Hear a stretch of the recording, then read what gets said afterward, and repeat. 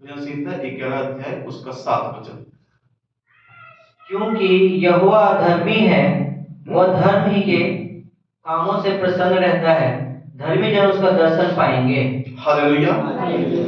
यहाँ पे लिखा है क्योंकि यहोवा धर्मी है। क्या है? यहोवा क्या है? धर्मी है। और लिखा है वह धर्म के ही कामों से प्रसन्न रहता है, धर्मी जन उसका दर्शन पाएंगे। यहोवा धर्मी है ना, और वो धर्म के ही कामों से प्रसन्न होता है। ये वचन मुझे बहुत ही अच्छा लगा और परमेश्वर का धन्यवाद करता हूं मैं कि परमेश्वर ने इस वचन को समझने में मदद किया। परमेश्वर ने गहराई से मुझसे बातचीत किया और मेरे मन में प्रभु ने इस वचन के कारण अपने आनंद और अपनी शांति की बातों को दिया। लिखा है कि यहोवा धर्मी है, वो पवित्र है, वो सिद्ध है, वो उसके अंदर किसी प्रकार की कोई भी ऐसी बातें जो संसार में हैं उसमें नहीं पाई जाती। उसमें हर एक बातें धार्मिकता की बातें पाई जाती हैं, हर एक बातें पवित्रता की बातें पाई जाती हैं। इसलिए यहोवा धर्मी है। यहोवा वो एक ऐसा परमेश्वर जिसके सामने कोई खड़ा नहीं हो सकता। और लिखा है यहां पे कि वह धर्म के ही कामों से प्रसन्न रहता है। परमेश्वर जो धर्मी है उसके उपस्थिति में धर्मी लोग ही वास कर सकते हैं, अधर्मी वास नहीं कर सकता।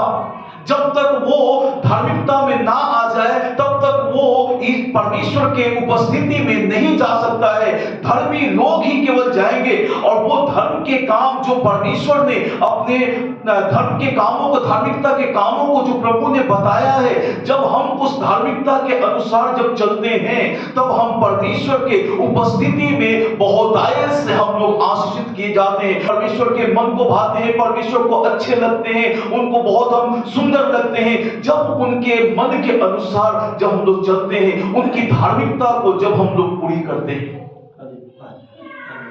जो परमेश्वर ने हमसे कहा है उसे जब हम लोग करते हैं, परमेश्वर को हम लोग भाते हैं। और यहां पे लिखा है कि वह धर्म के ही कामों से प्रसन्न रहता है। यदि परमेश्वर को हम प्रसन्न करना चाहते हैं तो अधर्म के कामों को करके हम परमेश्वर को कभी प्रसन्न नहीं कर पाएंगे।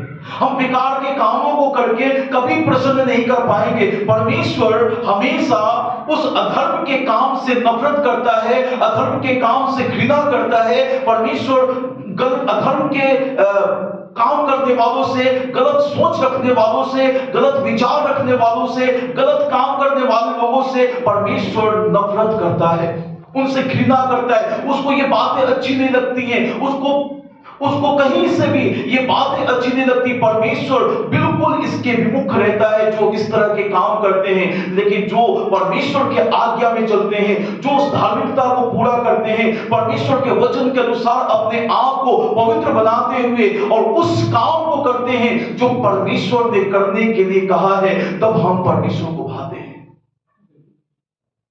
हालेलुया। धर्म के काम क्या है बताइए? परमेश्वर की आज्ञा को मानना ही है। परमेश्वर की आज्ञा को मानना ही लिखा है तुम्हारे लिए धर्म ठहरेगा। हालेलुया। परमेश्वर की आज्ञा को जब हम मानते हैं वो हमारे लिए धार्मिकता हमारे लिए बन जाता है, हमारे लिए धार्मिकता कहलाता है। लेकिन जब हम परमेश्वर के वचन के अनुसार नहीं चलते, जब प्रभु की आज्ञा का पालन नहीं करते, वो हमारे लिए धार्मिकता नहीं ठहरता। और परमेश्वर के वचन के अनुसार जब नहीं चलते, परमेश्वर हमसे प्रसन्न नहीं होते। इसीलिए हमें परमेश्वर के आज्ञा में होकर के चलना, परमेश्वर के वचन का पालन करना हमें बहुत जरूरी है। जो हमने पिछले दिनों में हम लोगों ने देखा,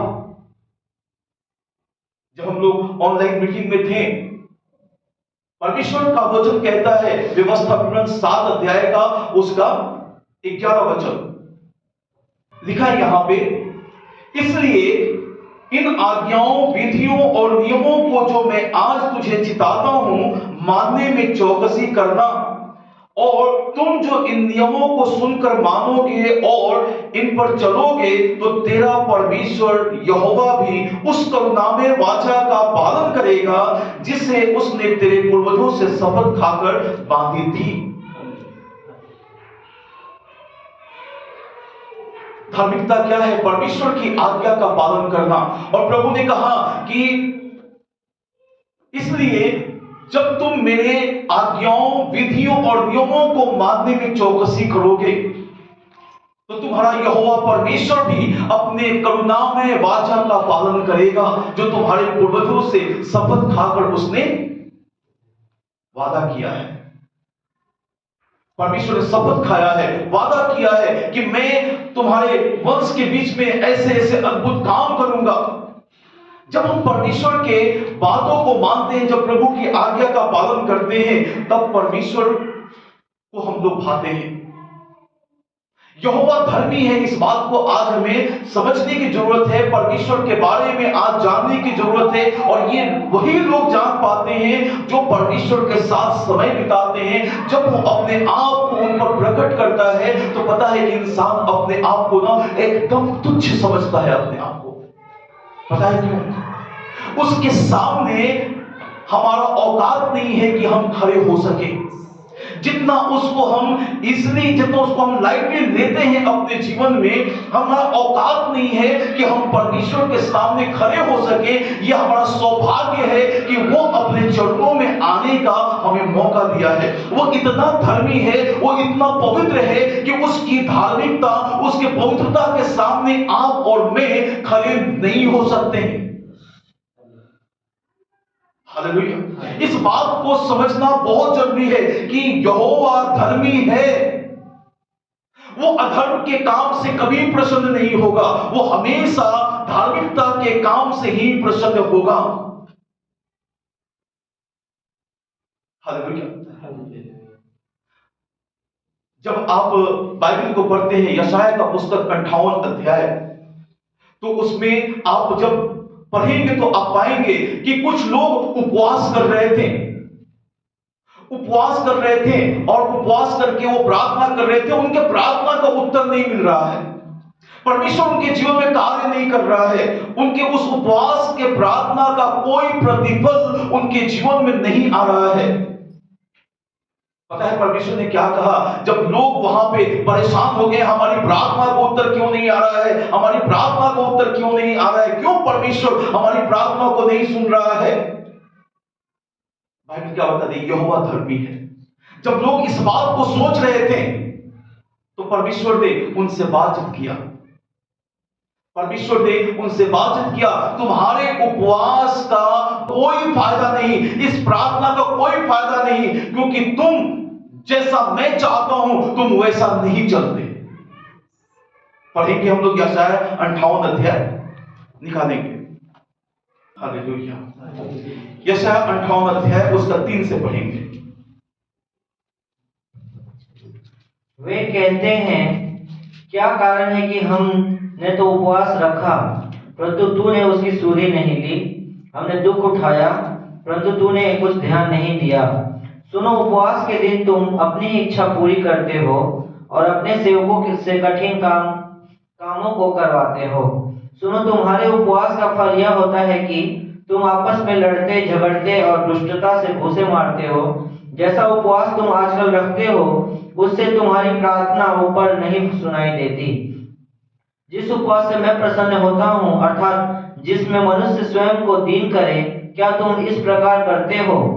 क्या सिर को जौ के समान झुकाना, अपने नीचे टाट बिछाना और राख फैलाने ही को तुम उपवास और यहोवा को प्रसन्न करने का दिन कहते हो? जिस उपवास से मैं प्रसन्न होता हूँ, वह क्या यह नहीं कि अन्याय से बनाए हुए दासों और अंधे सहने वालों को जुआ तोड़कर उनको छुड़ा लेना और सब जुओं को टुकड़े टुकड़े कर देना?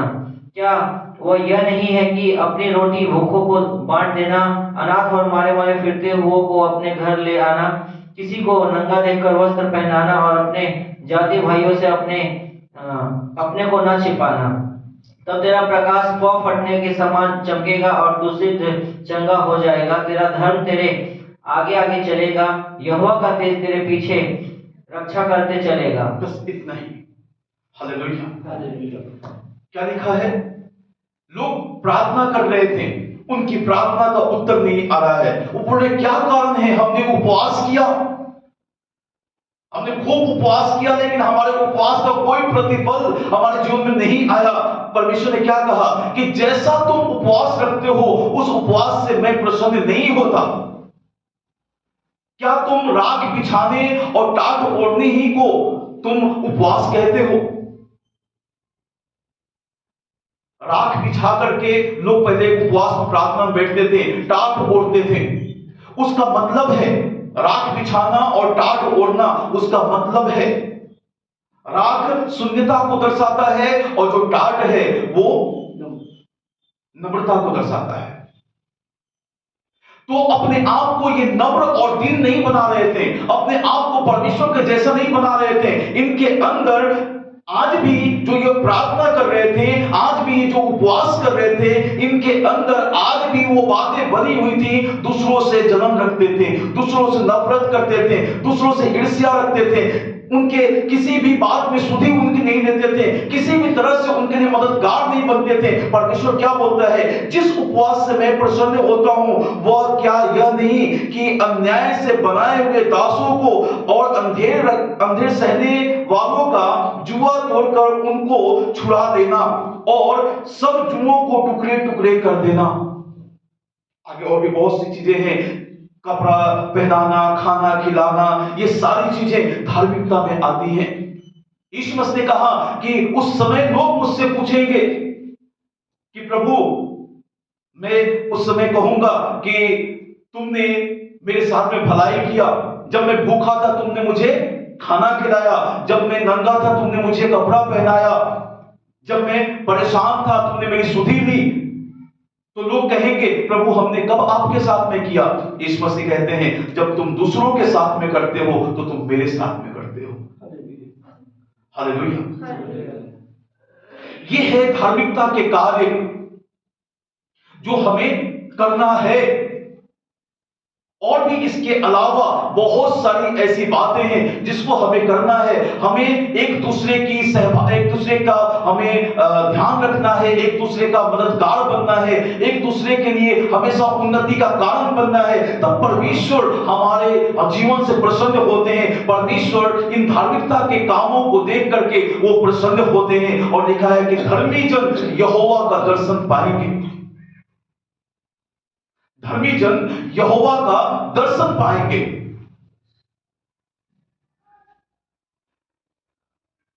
मैं फिर से कहता हूं, परमेश्वर धर्मी है और वो हमारे अंदर धार्मिकता के कामों को देखना चाहता है ना। ऐसे चीज को नहीं देखना चाहता जो परमेश्वर के वचन के विरुद्ध में हो। हमेशा परमेश्वर हमारे जीवन से उस काम को देखना चाहता है जो लोगों के लिए भलाई और उन्नति का कारण हो। हालेलुया। समझ मेरी बात को? धर्म के कामों से परमेश्वर प्रसन्न होता है। हम अपने आप को पवित्र बनाते हैं, हम अपने आप को दीन बनाते हैं, हम अपने आप को नम्र बनाते हैं, हम अपने आप को शून्य करते हैं, हम परमेश्वर की आज्ञा का पालन करते हैं, हम उसमें विश्वास रखते हैं, हम उसमें भरोसा रखते हैं। परमेश्वर को ये बातें अच्छी लगती हैं। हम दूसरों के लिए उन्नति का कारण बनते हैं, दूसरों के दुख सुख में हम साथ देते हैं, दूसरों के परेशानियों में हम खड़े होते हैं। ये परमेश्वर को भाता है। ये धार्मिकता के कार्य हैं जो परमेश्वर को भाता है, परमेश्वर को अच्छा लगता है। और जब हम ये कार्य करते हैं तो हम परमेश्वर को भाने लगते हैं। हालेलुया। मैं सचमुच परमेश्वर का धन्यवाद करता हूं जब प्रभु ने मुझसे बातचीत किया कि मैं धर्मी हूं और मैं धर्म के कामों से, धार्मिकता के कामों से ही मैं प्रसन्न होता हूं। परमेश्वर कभी भी हमसे उन कामों से, इस संसार में चाहे जितना भी काम कर लें, है ना, परमेश्वर संसारिक कामों से कभी प्रसन्न नहीं होगा जो वो अपनी आज्ञा को माने जाने से प्रसन्न होगा। उसकी आज्ञा क्या है? हमारे लिए धार्मिकता। जब हम उसके आज्ञा का पालन करते हैं तो परमेश्वर उन आज्ञाओं को माने जाने के कारण से प्रसन्न होते हैं और हमसे वो प्रेम करते हैं, हम पर अपनी दया को करते हैं, अपने अनुग्रह को करते हैं, अपनी भलाई को करते हैं। जब हम परमेश्वर के वचन में जीना शुरू करते हैं तब परमेश्वर अपने अनुग्रह को हमें बहुतायत से देते हैं। बस ये आज हमें सोचना है कि कौन कौन से काम हैं जो परमेश्वर के लिए मुझे करना है, कौन कौन से काम हैं जो प्रभु का वचन कहता है हमें बाइबल को पढ़ना है, परमेश्वर के वचन से हमको देखना है कि कौन कौन से ऐसे काम हैं जो परमेश्वर को अच्छे लगते हैं, मैं वो काम करूंगा। जब हम वो काम करने लगते हैं तो हम आशीषित किए जाते हैं, है ना, हम संभाले जाते हैं। हमेशा हम अपने जीवन से प्रभु को ऊंचा करें, हमेशा अपने जीवन से ऊंचा करें। मैं आपको बताऊं, वो कभी ऊंचे पे नहीं गए जिन्होंने प्रभु को अपने जीवन से नीचा किया। जिन्होंने प्रभु को अपने जीवन से ऊंचा किया, प्रभु ने हमेशा उनको ऊंचा किया है। हालेलुया। उसकी धार्मिकता के अनुसार जितने लोग चले हैं, जितने लोगों ने प्रभु को प्यार किया है, आप उठा करके देखिए, हिस्ट्री को उठा कर देखिए, आज के दिनों में भी आप उठा करके देख सकते हैं, जितनों ने परमेश्वर को प्यार किया, जितनों ने परमेश्वर को अपने जीवन से ऊंचा किया, प्रभु उनको नीचे नहीं रहने दिया, उनको ऊंचा किया प्रभु ने। हालेलुया। तो आज हमें अपने जीवन से परमेश्वर को ऊंचा करने की कोशिश करनी है।